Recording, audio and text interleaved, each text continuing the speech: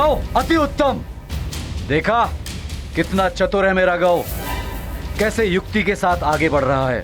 और वो हनुमान जिसने बुद्धिहीनों की भांति सीधे प्रवेश करना चाहा, और कैसे उस पर वार हुआ और कैसे गिरा है वो। आप भूल रहे हैं वरुण देव, बालक बार बार गिरकर ही चलना सीखता है। जब ज्योति स्वयं जलती है तभी प्रकाश फैलता है।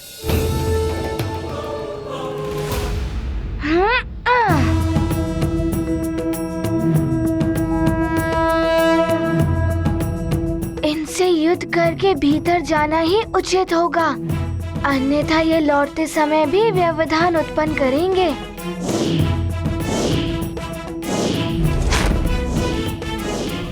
बुद्धिमानी तो यही है कि इनसे बचते हुए सीधे भीतर चला जाऊं। यदि भीतर जाने में अड़चन आई भी तो अवसर मिलते ही इस अंगूठी की मणि पर दबाव डालकर इसकी मायावी शक्ति से मेरे समक्ष आने वाले योद्धाओं को मूर्छित कर दूंगा और भीतर प्रवेश कर जाऊंगा।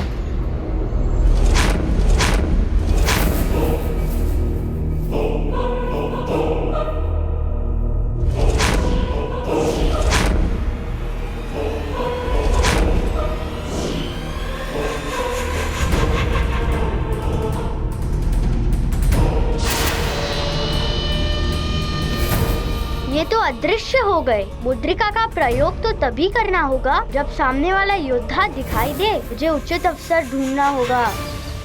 महारानी अंजना अचानक यहाँ?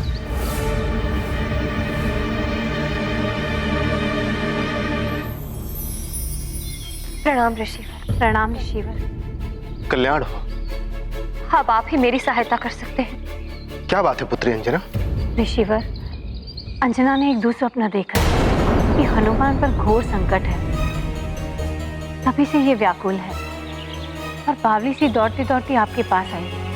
उस दुस्वप्न के बारे में सुनकर हम सब बड़ी चिंता में हैं ऋषिवर। अब आप ही ध्यान कीजिए और हमें बताइए कि हनुमान कुशलता से तो है। धीरज रखिए, मैं भी बताना।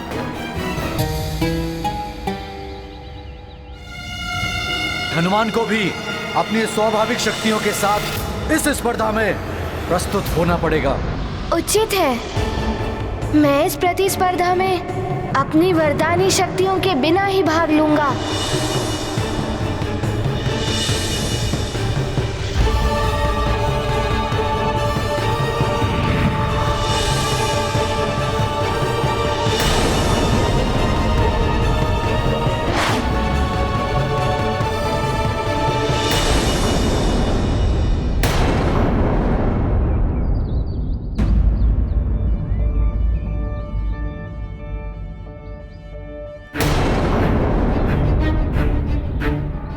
क्या हुआ ऋषिवर? हनुमान कोई संकट में तो नहीं? वो कुशल से तो है ना? हनुमान की शिक्षा में बाधा उत्पन्न हो गई है।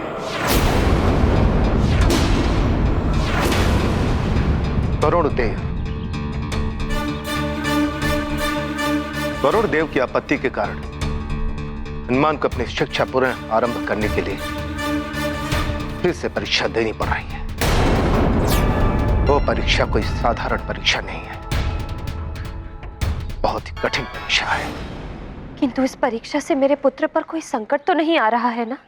संकट तो आ रहा है तुम्हारे पुत्र पर।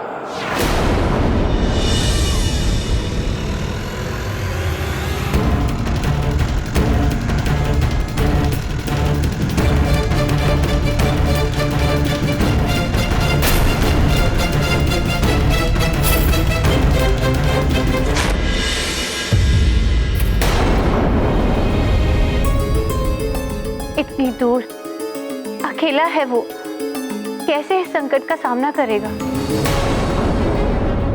ऋषिवर, इस संकट से उसकी रक्षा करने का कोई तो उपाय होगा। उपाय है।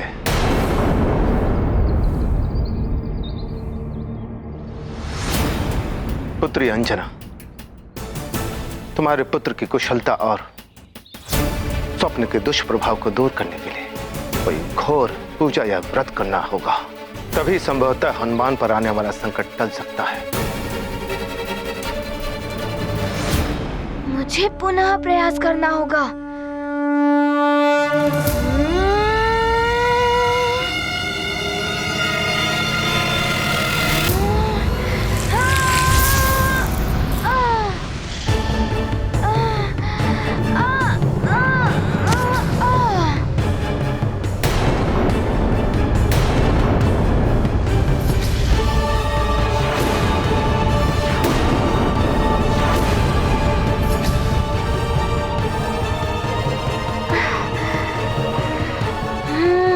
तो यहाँ 4 योद्धा हैं।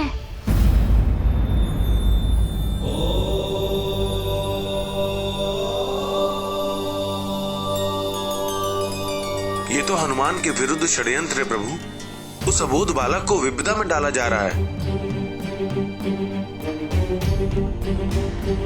प्रभु और माता दोनों ध्यान में लीन हैं। इनसे कैसे पूछूं मैं कि हनुमान के साथ अन्याय हो रहा है। दिव्य शक्तियों के बिना हनुमान के पास मात्र अपनी ही शक्तियां शेष हैं। कहीं हनुमान को कुछ हो ना जाए। एक देव पुत्र के साथ हनुमान को ऐसी परीक्षा के लिए भेजा जा रहा है जिसमें उसके प्राणों को भी संकट हो सकता है।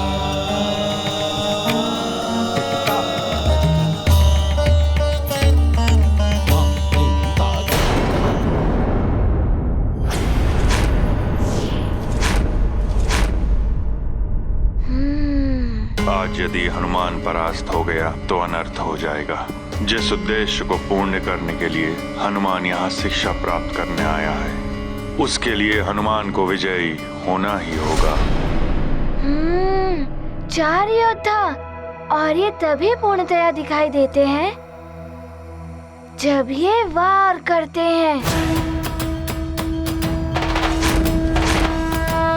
अथवा इनका और इनके शस्त्र का संपर्क मेरी देह से होता है। ये गाथा महाबली हनुमत की, रुचिकर लीला राम भगत की। जय जय जय रघुनंदन राम, जय जय जय महाबली हनुमान। अदृश्य योद्धा करते वार, कैसे पाए उनसे पार।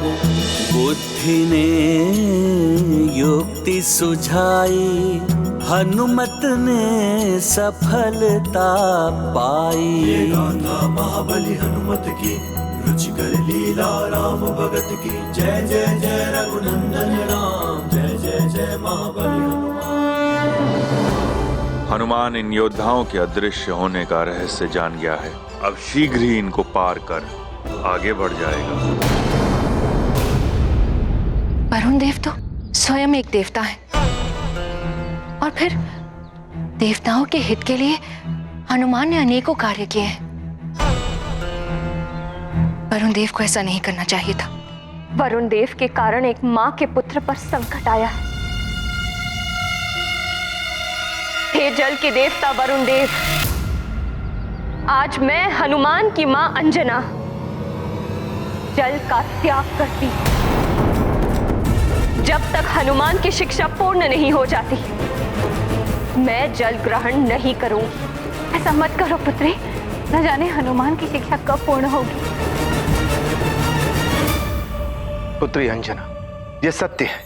माता पिता बंधु बांधवों के द्वारा किए गए व्रत आदि उपायों से संतान और बंधुओं को बल मिलता है, जिनके लिए व्रत किया गया हो, किंतु वो व्रत उचित और नियमानुसार किया जाना चाहिए। ऋषिवर, एक मां अपने पुत्र की कुशलता के लिए कुछ भी कर सकती है। आप ही मुझे बताइए कि मुझे क्या करना चाहिए। तुम्हें अनिमेष व्रत करना होगा।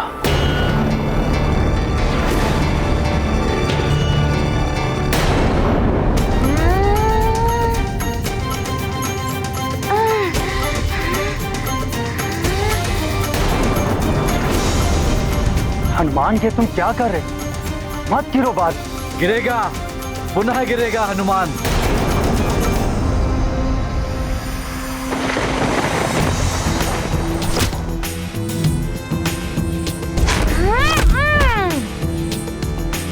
अब देखता हूँ कैसे अदृश्य होते हैं आप।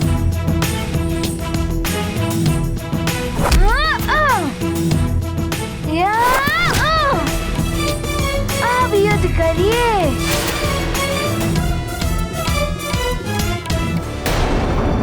अर्थात बिना पलक झपकाए निरंतर सूर्य देव को निहारना,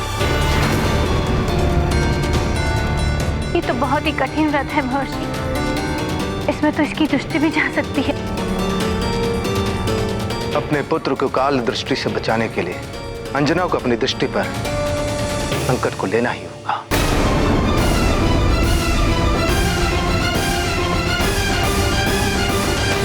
मेरी दृष्टि रहे ना रहे, मेरा पुत्र सकुशल होगा तो उसकी दृष्टि से मैं अपना संसार देख लूंगी। अपने पुत्र हनुमान की कुशलता के लिए मैं अनिमेष व्रत रखूं और उसकी शिक्षा ना रोके, इसके लिए मैं निर्जला व्रत भी रखूं।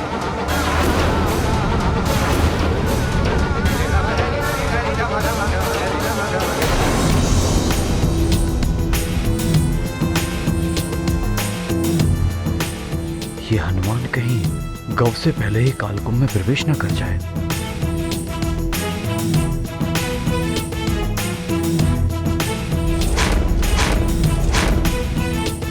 शीघ्रता करो गौ, आगे बढ़ो।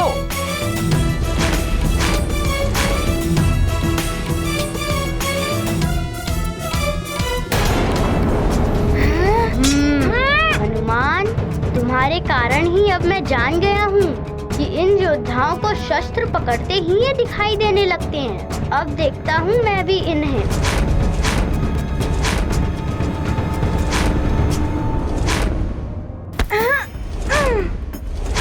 अब देखता हूँ कैसे अदृश्य होते हो तुम सब। अब बताता हूँ कि गौ क्या है।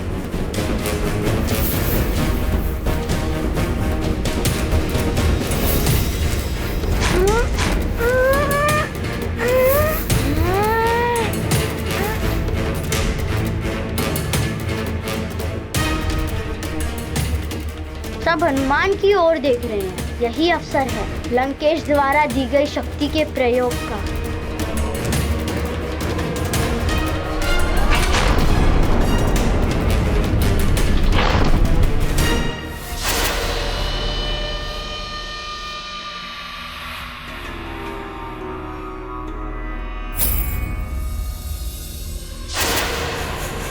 सामने कालकुंभ है। इन योद्धाओं से लड़ने से तो अच्छा है सीधे कालकुंभ में जाकर ध्वज ले आऊं। ऐसा अवसर पुनः नहीं मिलेगा। नारायण नारायण।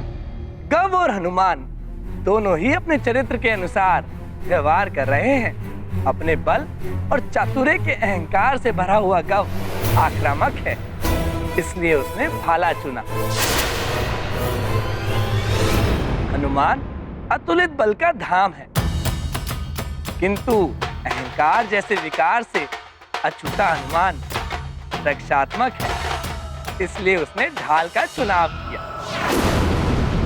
अब देखना यह है कि विजय अहंकार और आक्रामकता की होती है या संस्कार और रक्षात्मकता की। नारायण नारायण।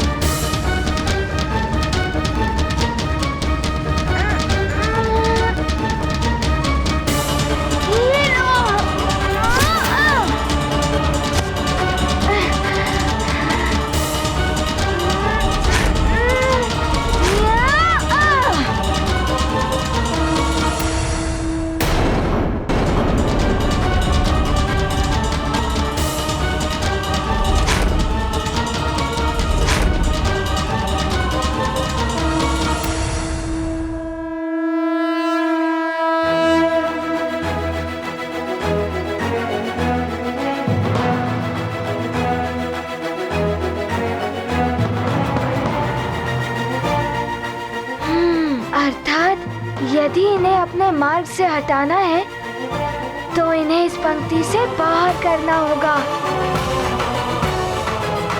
इस अवसर को हाथ से जाने नहीं दूंगा मैं।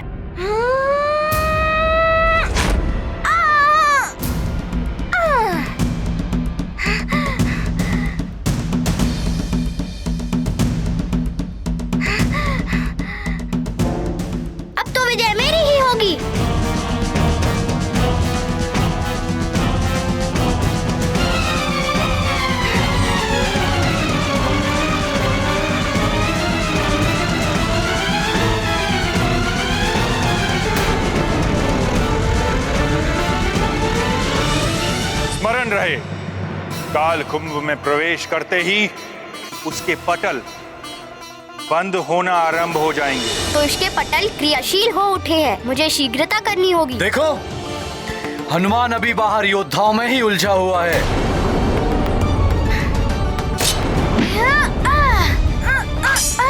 और मेरा गांव काल कुंभ में भी पहुंच गया है। यह है बल और चतुराई। हनुमान से श्रेष्ठ है मेरा गांव। गौ तो हनुमान से पहले पहुंच गया है। यदि हनुमान विस्पर्धा में विजय नहीं हुआ तो कैसे अपनी शिक्षा पूर्ण कर पाएगा, और बिना शिक्षा पूर्ण किए कैसे उनसे मिल पाएगा जिनसे उसे मिलना है।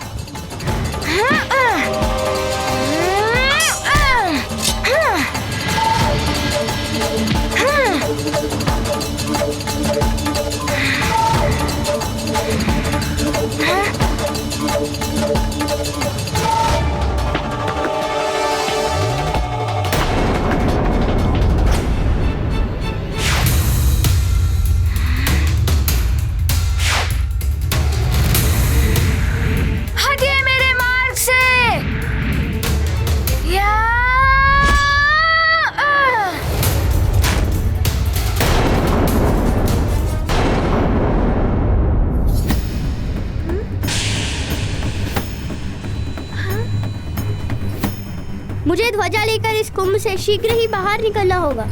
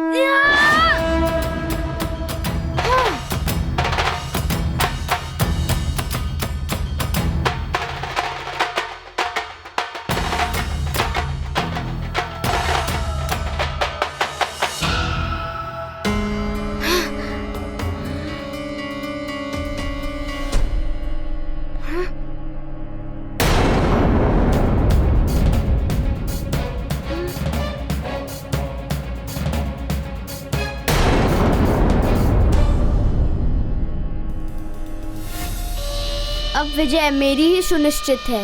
इसके लिए धन्यवाद लंकेश, मुझे यहाँ तक पहुँचाने के लिए।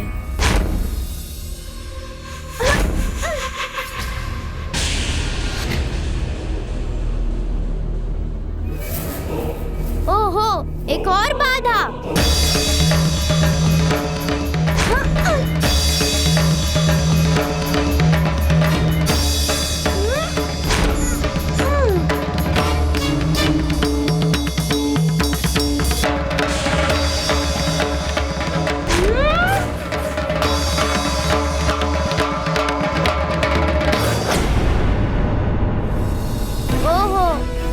विद्युत चक्रों से मेरा बचाव ये दिव्य भाला करेगा।